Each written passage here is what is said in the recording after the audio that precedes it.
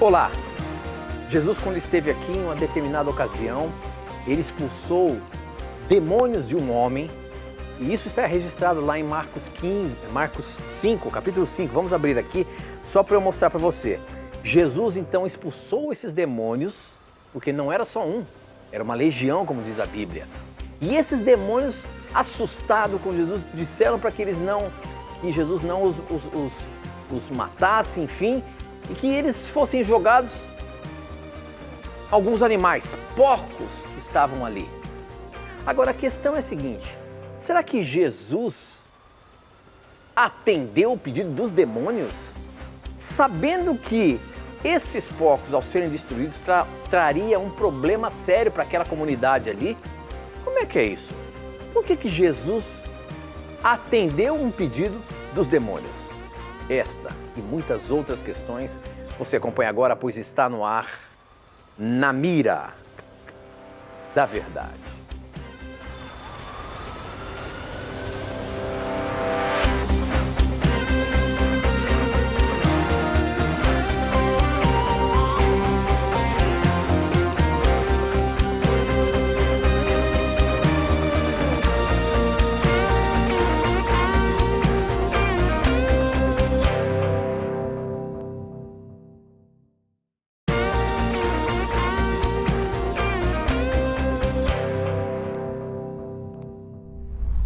Olá, seja muito bem-vindo. Estamos começando mais um programa Na Mira da Verdade. Este programa, que eu sempre digo, é um programa de perguntas e respostas bíblicas, que as suas respostas são apresentadas na Palavra de Deus. E quem sempre está na mira para responder todos os questionamentos que chegam aqui é ele, hein? Professor Leandro Quadros. Tudo bem, professor? Tudo bem, Tito. Mais uma vez estamos aqui com o nosso telespectador que acompanham Na Mira da Verdade. Talvez, Tito, alguns estejam assistindo pela primeira vez. Esse é um programa de respostas a perguntas bíblicas. Nós esperamos sempre poder responder a sua pergunta aqui ao vivo e, obviamente, contamos com a sua confiança e com o carinho da sua audiência. Se esta é a primeira vez que você assiste, esperamos de coração que você apareça por aqui mais vezes. O Tito logo mais vai dar a você as formas de contato. Mas que Deus te abençoe e obrigado pelo carinho da sua audiência. Muito bem, professor. Nós abrimos o nosso programa desta semana falando sobre o texto que se encontra lá em Marcos. Essa pergunta chegou aqui pra gente: por que Jesus em Marcos obedeceu o diabo quando ele falou para ser expulso para aquela manada de porcos? Olha só o que diz a Bíblia, né? Jesus, Filho do Deus Altíssimo, né? Os demônios falando: o que o Senhor quer de mim? Em nome de Deus eu peço, não me castigue. Isso na linguagem de hoje aqui, né? E ele disse isso porque Jesus havia mandado: espírito mau, saia deste homem. E Jesus perguntou: como é que você se chama? Perguntou para ele. Meu nome é multidão ou legião, porque somos muitos. Eram demônios que estavam possessos daquele homem. E esses demônios pediam com muita insistência a Jesus que não expulsasse os espíritos maus para fora daquela região. Acontece que num morro perto dali havia muitos porcos comendo. Os espíritos pediram a Jesus com insistência: nos mande ficar naqueles porcos e nos deixe entrar neles. E professor, Jesus atendeu o pedido desses demônios. E esses demônios, então, a mando de Jesus, entraram naqueles porcos. E a gente sabe a história do que aconteceu, né? Os porcos se ficaram malucos, desceram ribanceira abaixo e morreram todos afogados no rio que tinha lá embaixo. E isso, professor, trouxe um problema naquele momento ali. Agora, como é que Jesus, podemos dizer assim, se deixou levar pelos demônios? Não parece que era uma artimanha do diabo, já preparando, porque sabia que Jesus ia ter problema com isso? E Jesus aparentemente foi inocente e deixou os demônios entrarem naqueles porcos? Como é que é isso? Realmente, Tito, questões muito sérias do conflito cósmico entre o bem e o mal estavam em jogo aqui. Quando nós fazemos uma leitura desse capítulo, nós percebemos algumas coisas. Primeiro, Jesus não obedeceu aos demônios, ele permitiu Essa é a primeira coisa que eu vou mostrar aqui. E segundo, realmente, os demônios queriam causar um problema entre Cristo e os habitantes de Gadara, que eram gentios. Só que o tiro deles saiu pela culatra. Mesmo que eles tenham pedido para Jesus se retirar dali, as pessoas puderam testemunhar a presença do reino de Deus na vida de Jesus, ao ele demonstrar autoridade sobre os demônios. Vamos analisar aqui brevemente.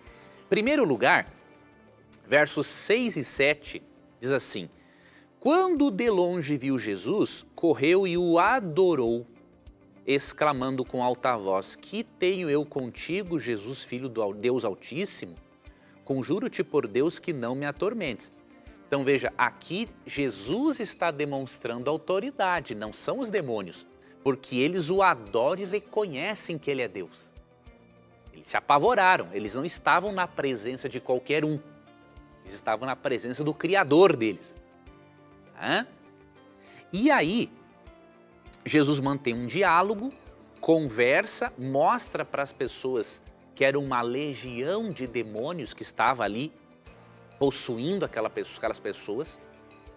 Uma legião romana era composta por cerca de 6.000 soldados, então eram muitos demônios que estavam ali. E aí o que acontece? Os espíritos imundos dizem a Jesus o seguinte, ó: manda-nos para os porcos para que entremos neles. Eles estão fazendo um pedido, eles não estão dando uma ordem a Jesus. E olha o que diz o verso 13, ó: Jesus o permitiu, não diz Jesus o obedeceu. São duas coisas bem diferentes. Então Jesus permitiu. E por que Cristo permitiu, se realmente, como bem ali apresentou Tito, isto trouxe depois um problema, diríamos assim. Os gerazenos pediram para Jesus sair da região deles. Jesus precisava mostrar algumas coisas para eles. Primeiro, que ele tinha autoridade sobre os demônios e que quando ele os autoriza a ir para os porcos, Jesus definitivamente tirou os demônios daquelas pessoas. Então, Cristo mostra aqui que o reino de Deus já estava apenas começando, porque ele ainda ia fazer muitas coisas para demonstrar o poder do reino de Deus e o poder dele sobre os demônios. Outra coisa, Cristo precisava ensinar para essas pessoas que elas deveriam valorizar mais as pessoas do que os porcos. Eles ficaram descontentes porque perderam uma manada de porcos, mas não ficaram contentes por essas pessoas serem libertas do poder das trevas. E uma terceira lição que aprendemos aqui, que é bem interessante. Em João 6, verso 12, nós vemos que Jesus não desperdiçava alimento. Quando ele multiplicou pães e peixes, ele pediu para que se recolhesse, para que nada de comida se perdesse. E a quantidade, aqui ó, João 6,12, ó, recolhei os pedaços que sobraram para que nada se perca. Assim, pois, o fizeram e encheram 12 cestos de pedaços dos 5 pães de cevada que sobraram aos que haviam comido. Então, olha que lição que nós podemos ver. Se Jesus não desperdiçava pão, por que ele desperdiçaria toneladas de carne de porco se isso serviria para a alimentação das pessoas? Olha que insight. O propósito do texto não é falar, obviamente, de carne de porco, mas isso nos mostra que Cristo aqui estava em total acordo com Levítico 11, que proíbe ingerir carnes imundas.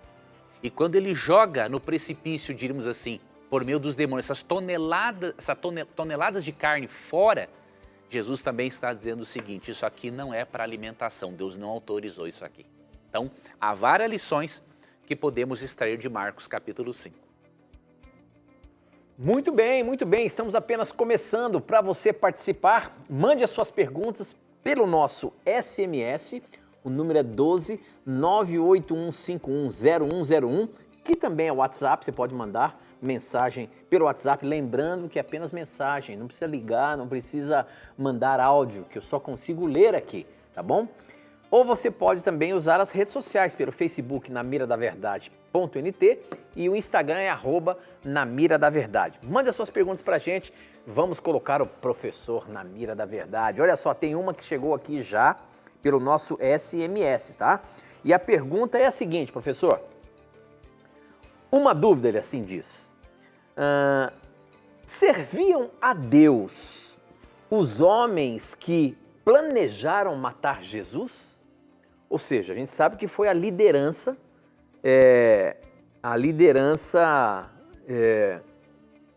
religiosa que armaram para Jesus. Esses homens serviam a Deus, professor? Como é que é isso? Não, eles não serviram a Deus, mas Deus consegue usá-los para serviço dele. O que isso significa? Deus, diz Tiago 1,13, ele não pode ser tentado pelo mal e ao mal a ninguém tenta. Salmo capítulo 5, verso 4 diz que com Deus não subsiste o mal. Então Deus não faz o mal. Agora Deus tem poder para transformar o mal e fazer com que isso cumpra os propósitos dele, porque ele é onipotente. Então Deus não estimulou os líderes religiosos a rejeitarem Jesus. Muito pelo contrário. Você vê, por exemplo, Jesus reclamando da rebeldia do povo.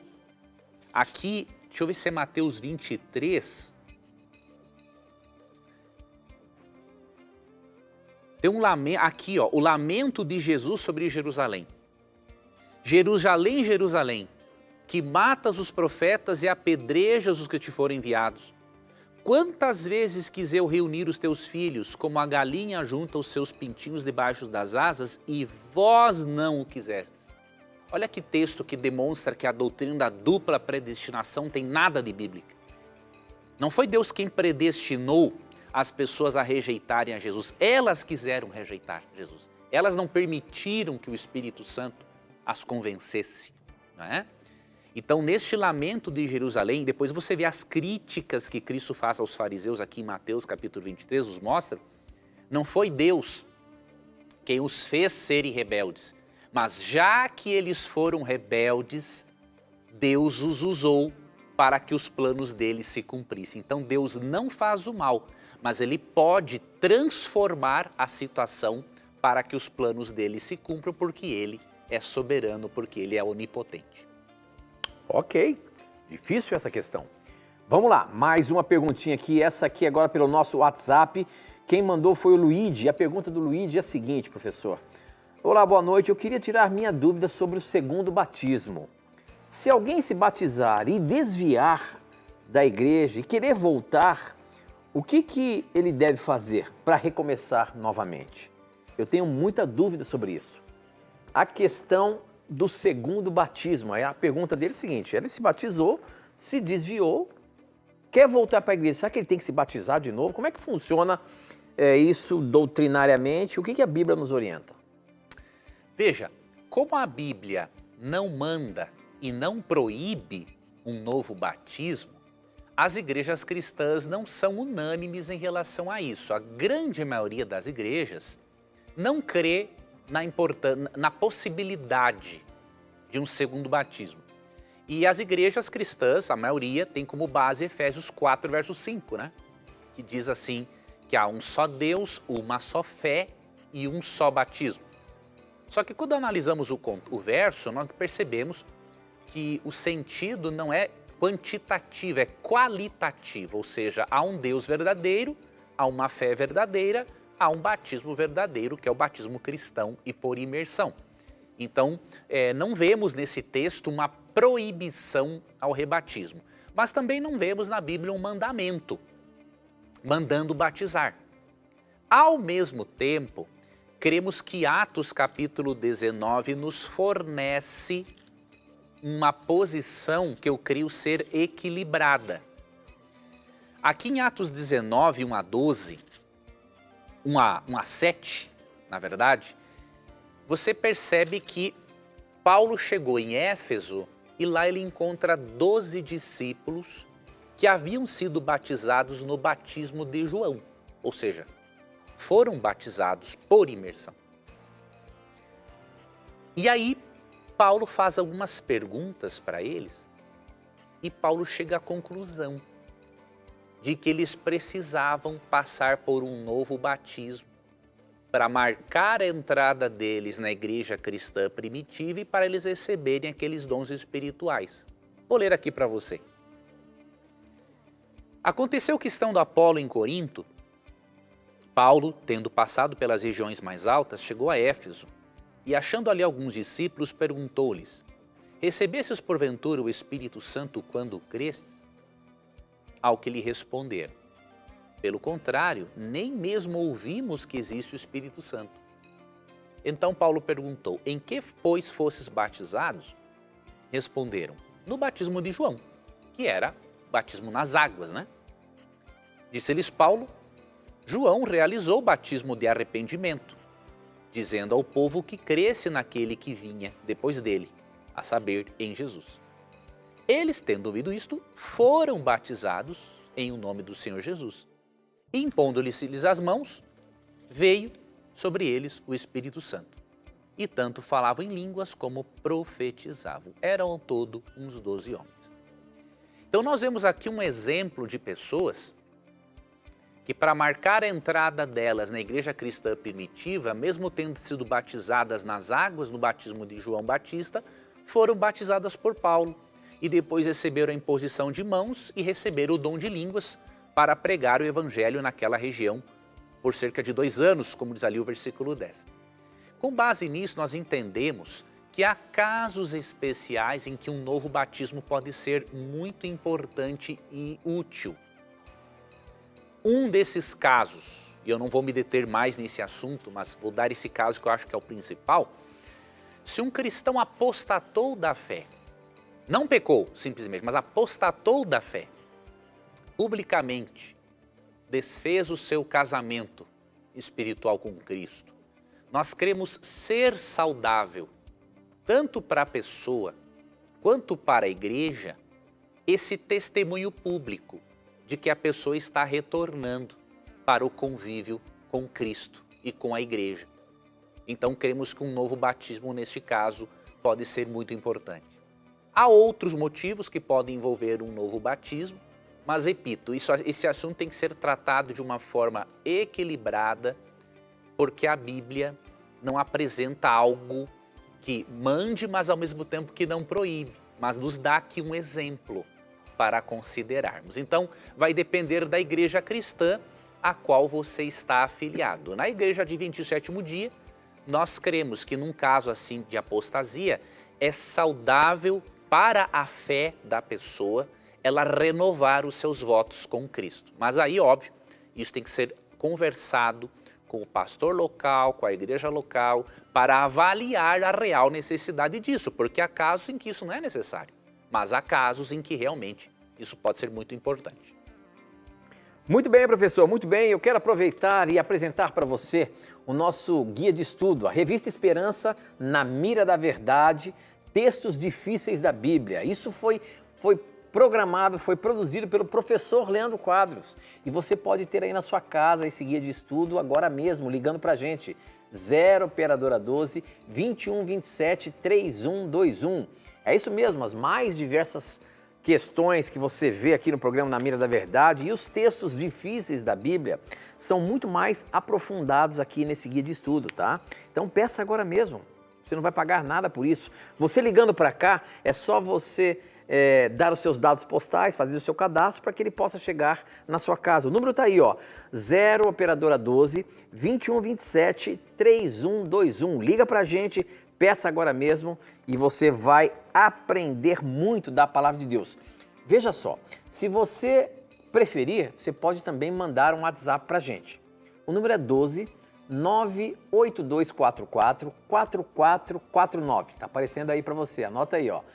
12 98244 4449. Você pode entrar ali em contato com a gente, diga que você quer a Revista Esperança na Mira da Verdade e você vai ser direcionado para poder receber também na sua casa, tá? Tem muita gente aqui no WhatsApp pedindo para que você, se pode pedir a revista aqui pelo número do WhatsApp do Na Mira da Verdade. Não, aqui no 0101, não, peça nesse que eu passei para você que está aí na sua tela.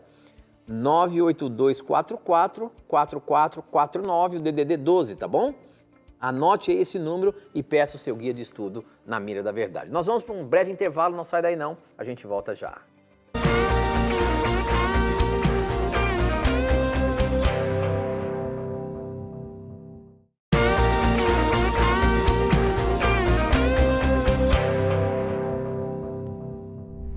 Já estamos de volta e olha só, as perguntas não param de chegar. Obrigado pela sua participação, obrigado pela sua audiência. Eu já quero mandar um abraço muito especial para você que nos assiste através das mais diversas, mais de 460 cidades que nós temos canal aberto.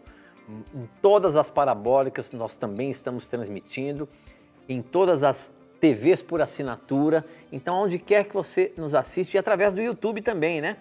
Do YouTube, nosso canal para você assistir é Novo Tempo ao vivo, é Novo Tempo ao vivo. Só você procurar no YouTube e você tem a programação que está acontecendo agora aí. Você pode acompanhar pelo YouTube, inclusive mandar perguntas nos comentários ali, se você for inscrito no nosso canal do YouTube, tá bom? Participe aí, mande as suas dúvidas pra gente, pode mandar pelo SMS, o número é 12 98151 0101, 12 981510101, também é o WhatsApp esse número, pode mandar pra gente, e pelas redes sociais, na miradaverdade.nt no Facebook e @na Mira da Verdade no nosso Instagram, tá bom?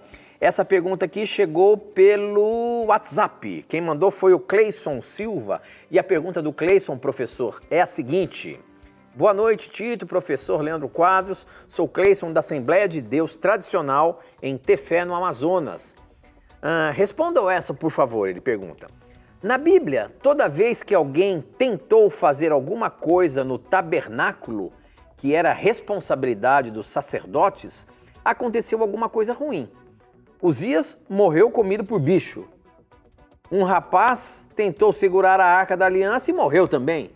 Mas Davi comeu o pão da proposição e não aconteceu nada com ele. Como explicar isso? E é interessante que acho que até Jesus cita isso, né, professor? Verso 5, Jesus faz menção a esse incidente.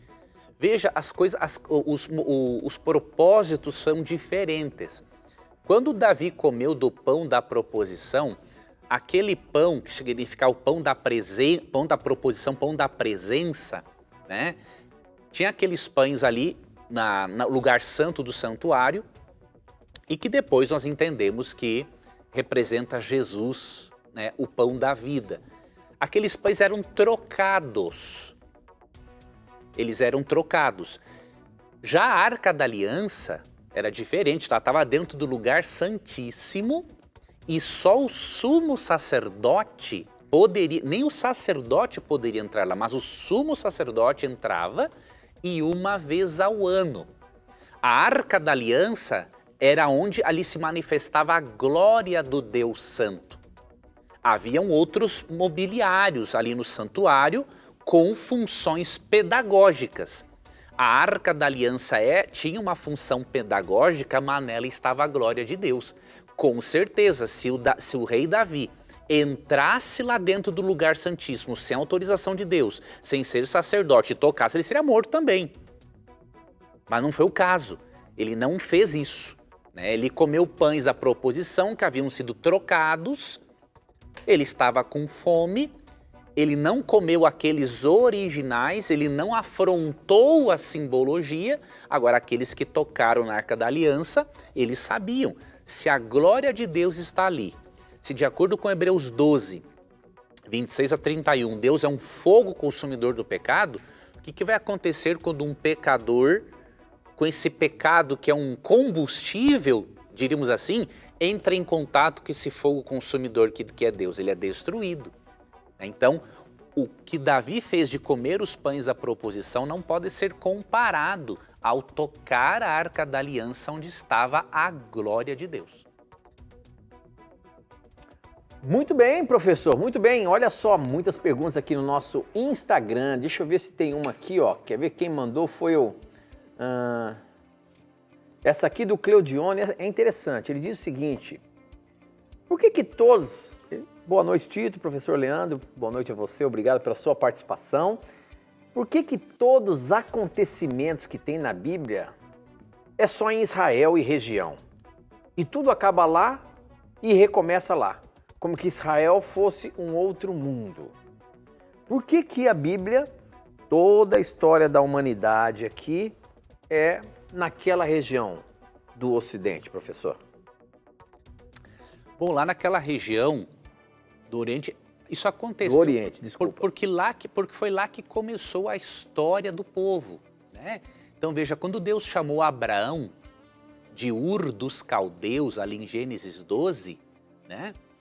Era naquela região do mundo onde estava Abraão, onde estava uma concentração absurda de pessoas, de povos pagãos, que necessitavam tanto ser evangelizados quanto receber juízo.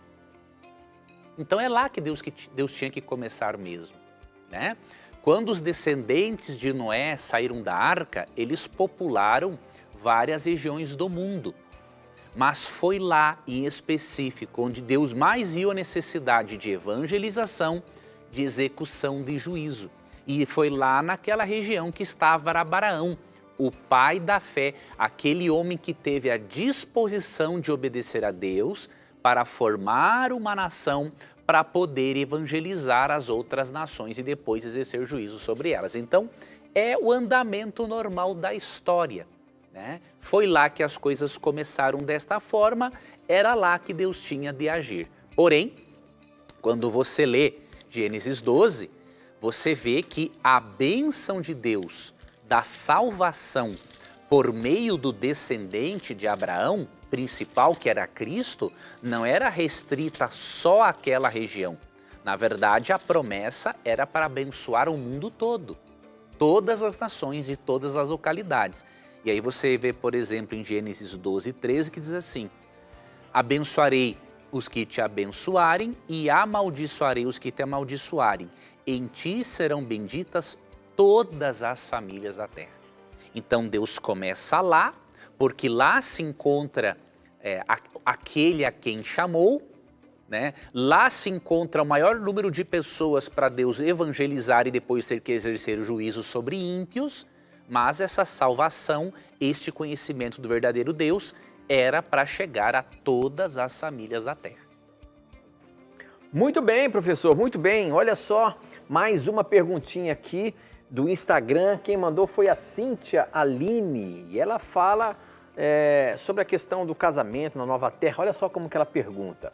Boa noite, Tito, professor Leandro, me chamo Aline, sou de Mossoró, no Rio Grande do Norte. Um abraço aos nossos queridos telespectadores do Rio Grande do Norte. Em Gênesis 2:24, fala sobre o casamento. A pergunta: se no início não tivéssemos cometido o pecado, viveríamos eternamente e, consequentemente, o casamento também continuaria eternamente. Aí vem o seguinte: mas em Mateus 22:30, Jesus diz que não haverá mais casamento após a ressurreição. Então, por que mesmo depois de fazer nova todas as coisas, Deus não deixou o casamento? Tendo em vista que não teria mais pecado na nova terra. A Bíblia nos dá alguma luz sobre este assunto? Professor, a questão do casamento na terra renovada.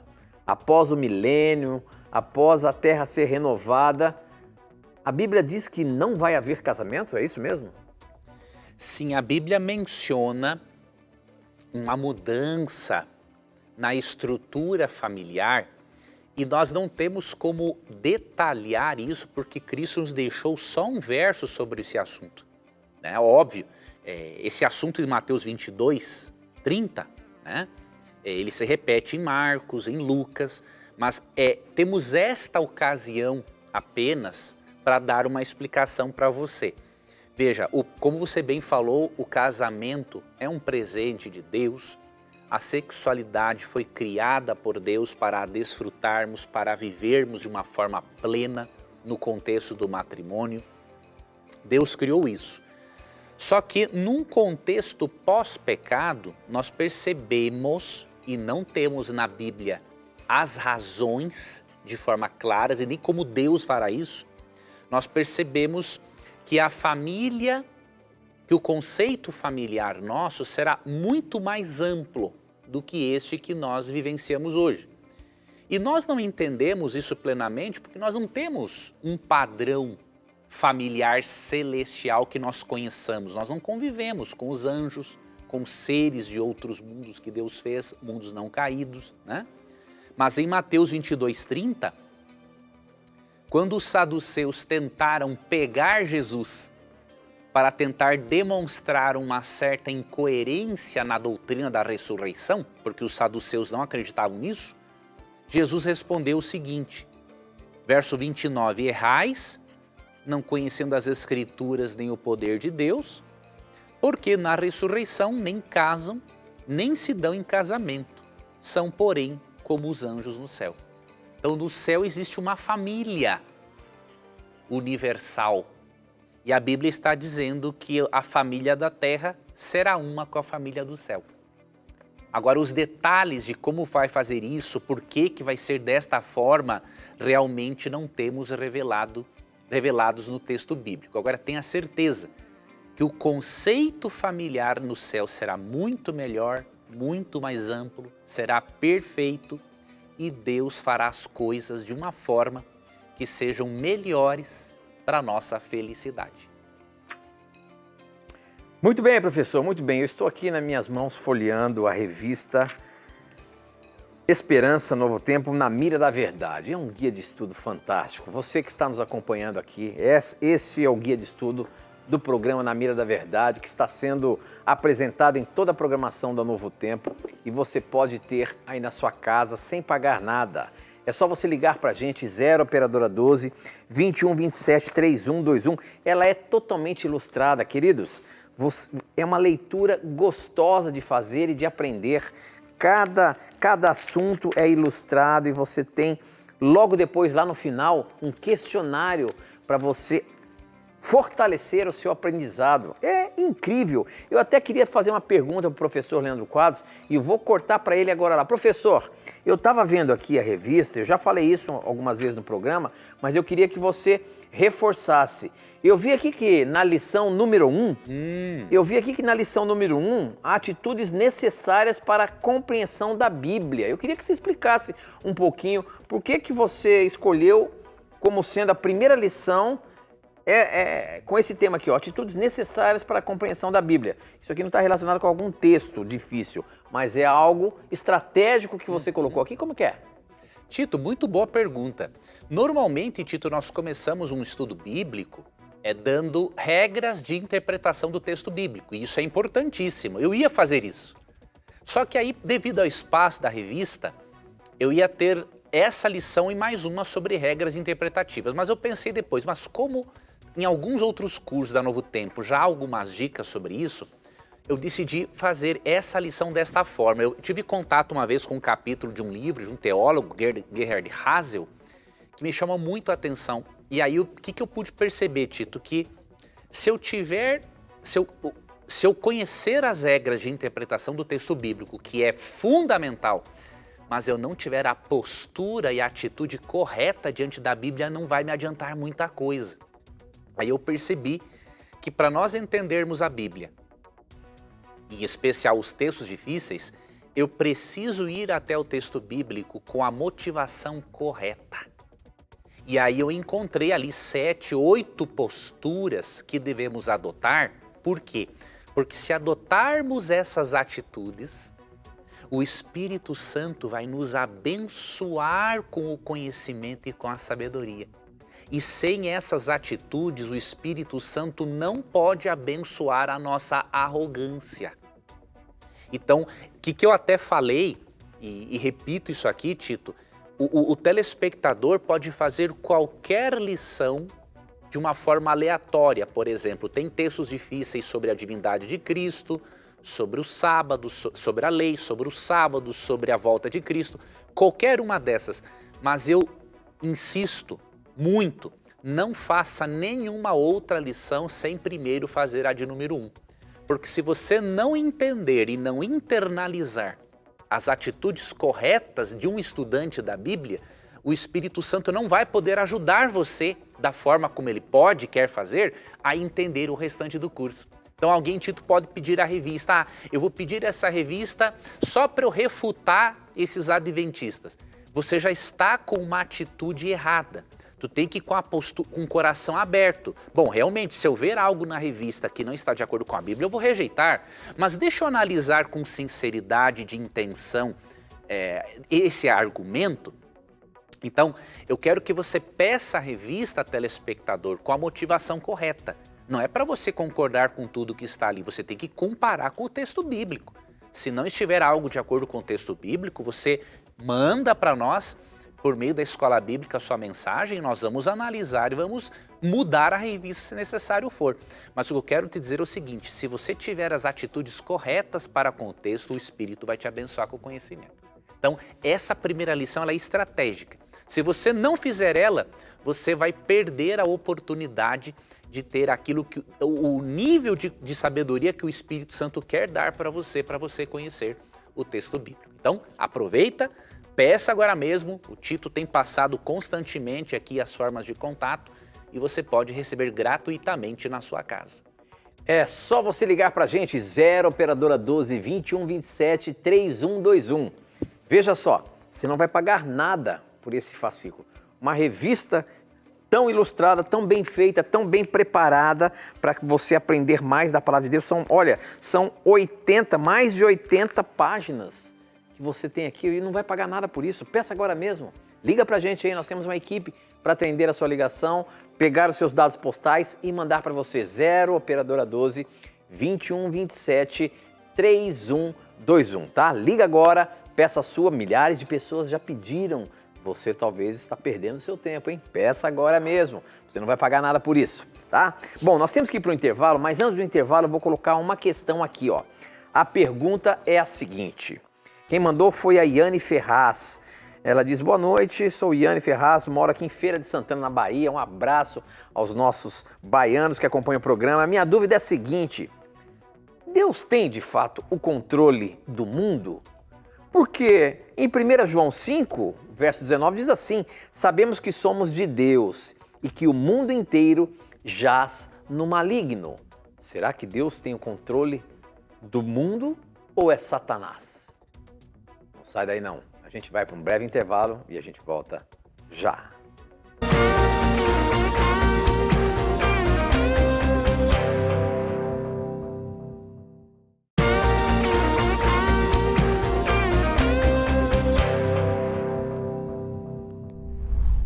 Já estamos de volta e a pergunta que nós deixamos em aberto aí foi da Iane Ferraz, que ela diz o seguinte, será que este mundo pertence a Deus? Porque lá em 1 João 5, 19, sabemos que somos de Deus e que o mundo jaz no maligno. Professor Leandro Quadros, como é que é isso?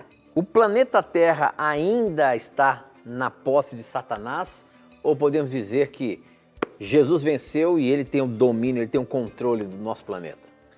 Aqui nós temos que diferenciar o controle que Satanás tem sobre os filhos da desobediência e na prática do mal, do controle da história humana. Óbvio que o controle da história humana, o controle da história do mundo está nas mãos de Deus. Só que quando pecadores exercem indevidamente o seu livre-arbítrio e não aceitam a Cristo como Salvador, eles são controlados pelo inimigo. Então nós temos que diferenciar as duas coisas. Por exemplo, em João 12:31, Jesus disse que após a morte de Cristo na cruz, haveria a expulsão definitiva do príncipe deste mundo. Então Satanás era o príncipe deste mundo. Nossos primeiros pais cederam o domínio, diríamos assim, para ele. Quando Cristo venceu, Satanás perdeu o domínio, mas ele ainda exerce influência. Então, quando 1 João 5,19 fala que o mundo inteiro jaz no maligno, está dizendo assim que os filhos da desobediência, os não convertidos, estão sim sob a influência dele.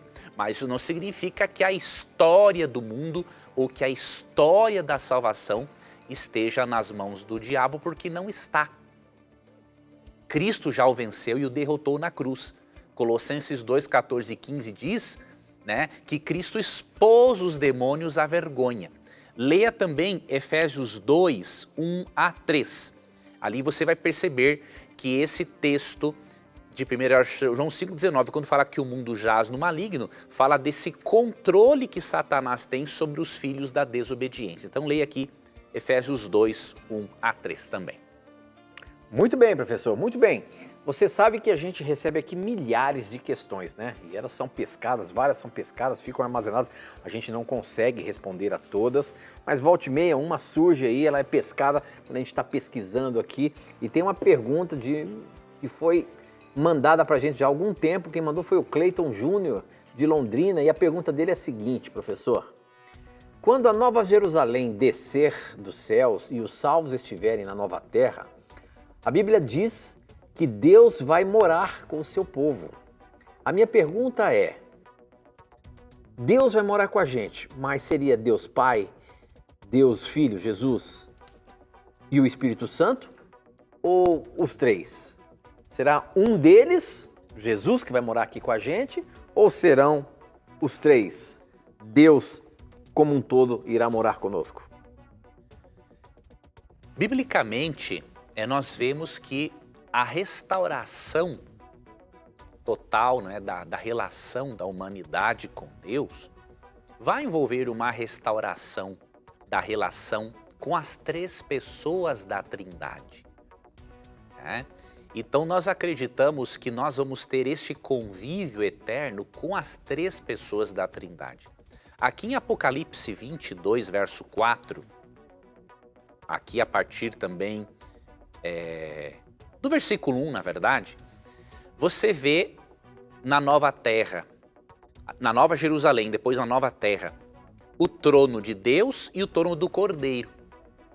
Você não vê aqui, por exemplo, a menção ao Espírito Santo. Mas por quê? Porque o Espírito Santo, ele é a pessoa da Trindade que trabalha nos bastidores para que Deus Pai e Deus Filho apareçam. Mas o Espírito Santo faz parte da Trindade. E ele, lá no início do Apocalipse, olha que interessante, você vê ali dos versos, até vou pegar aqui o verso específico, Apocalipse capítulo 1, dos versos 4 a 7, você vê o Espírito Santo diante do trono de Deus. Aqui ele é chamado de 7 espíritos que se acham diante do seu trono, Apocalipse 1, 4. Que é o Espírito Santo na sua plenitude. Tá? Então o que acontece? Ele aparece nos bastidores para que o Pai e o Filho apareçam. Mas considerando que Deus Pai faz parte da divindade, Jesus faz parte da divindade e o Espírito Santo é chamado de Deus em Atos 5, 1 a 4, e considerando que a nossa morada será com Deus, não há um porquê de não crermos que não estaremos na presença da Trindade. Então, uma das coisas que mais me empolgam na minha vida cristã é imaginar a possibilidade de conhecer tanto Deus Pai quanto Jesus e o Espírito Santo. E como a Bíblia fala de uma restauração plena da nossa relação com Deus e considerando que o Espírito Santo é Deus, então não tenho dúvidas, né, de que nós teremos sim uma relação com as três pessoas da Trindade. Muito bem, professor, muito bem. Agora, a gente sempre coloca aqui no programa Na Mira da Verdade uma afirmação que aparece por aí nas redes sociais, no meio cristão. E eu tenho mais uma afirmação aqui agora, eu quero a sua opinião, professor. A questão é a seguinte: os discípulos de Jesus sempre acreditaram em sua ressurreição imediatamente após a sua morte. Isso é real, professor? Isso é verdade?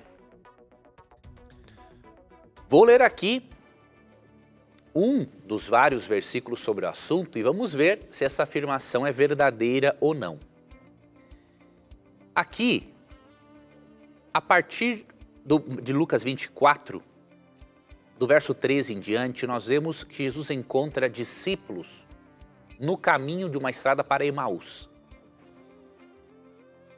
E aí, versículo 17, então Jesus lhes perguntou, que é isso que vos preocupa? E de que ides tratando à medida que caminhais?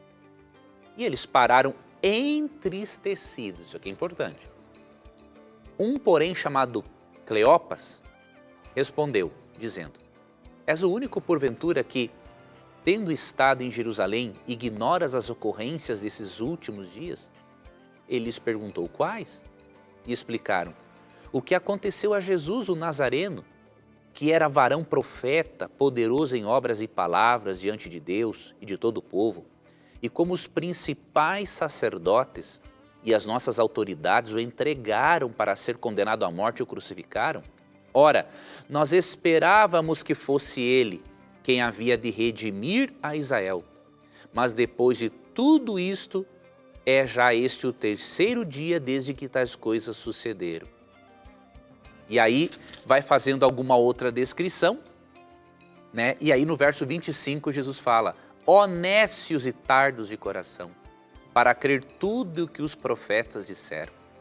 Porventura não convinha que o Cristo padecesse e entrasse na sua glória? Então, de acordo com esse texto, os discípulos ainda não tinham uma compreensão plena da ressurreição de Cristo, por mais que Cristo tivesse explicado e dado insights a eles.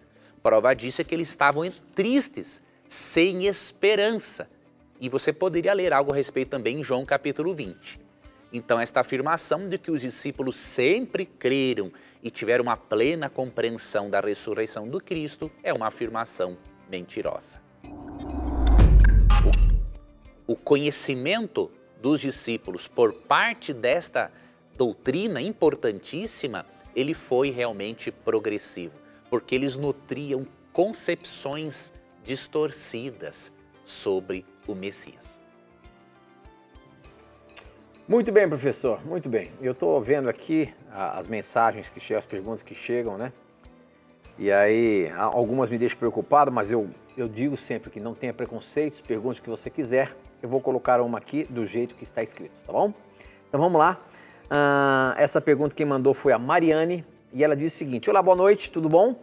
Eu gostaria de saber se é verdade ou não que no livro da tia Ellen White, está escrito que a Igreja Adventista é a menina dos olhos de Deus. Professor, isso daí nós podemos...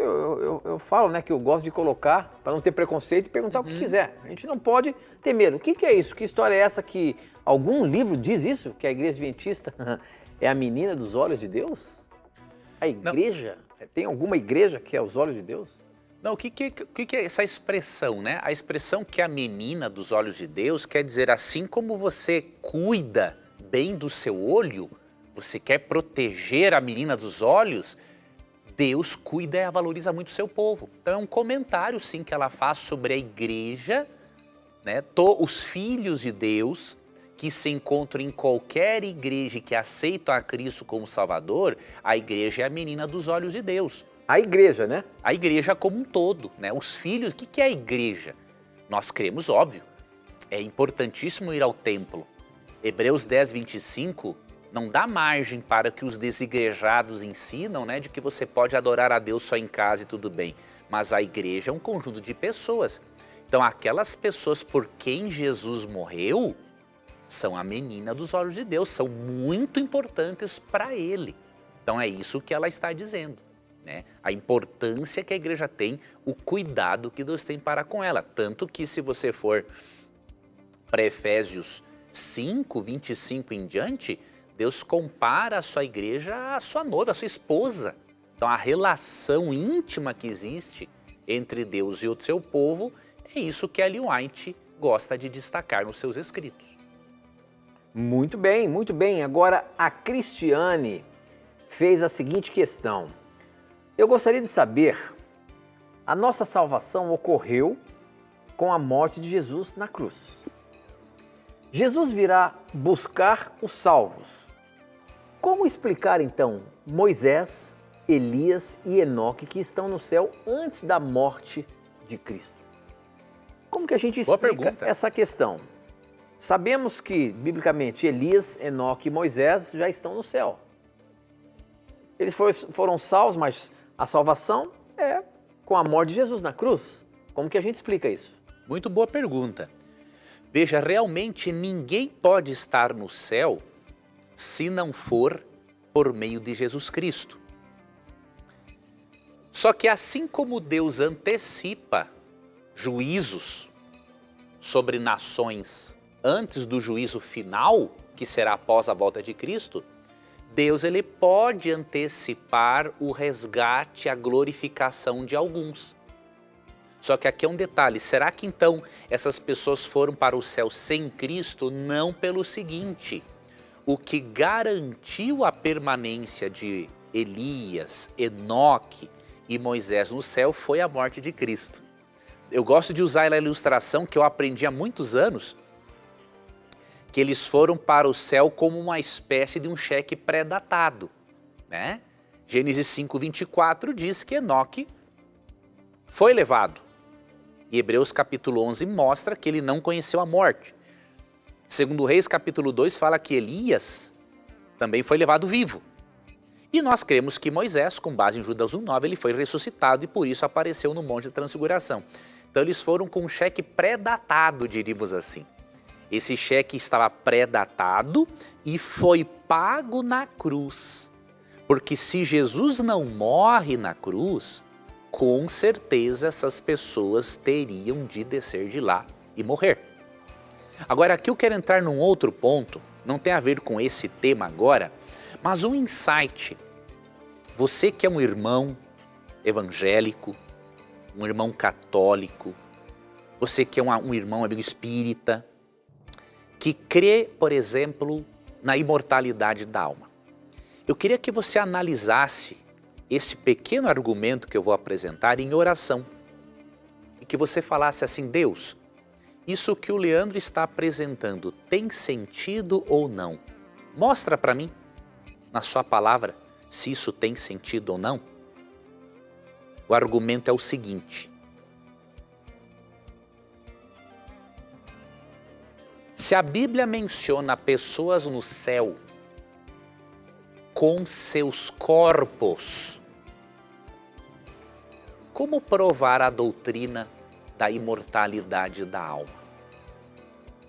Veja, quem a Bíblia menciona por nome no céu, não foi com uma alma desencarnada ou desincorporada, diríamos assim. Quem está no céu está com o corpo. Isso não seria conclusivo para nós? Por que Deus levaria alguns com o corpo e outros sem o corpo? Não tem lógica. É por isso que Oscar Cullmann, teólogo luterano, que abandonou a doutrina da imortalidade da alma, ele disse: não há na Bíblia redenção fora do corpo. Deus redime o ser humano por completo.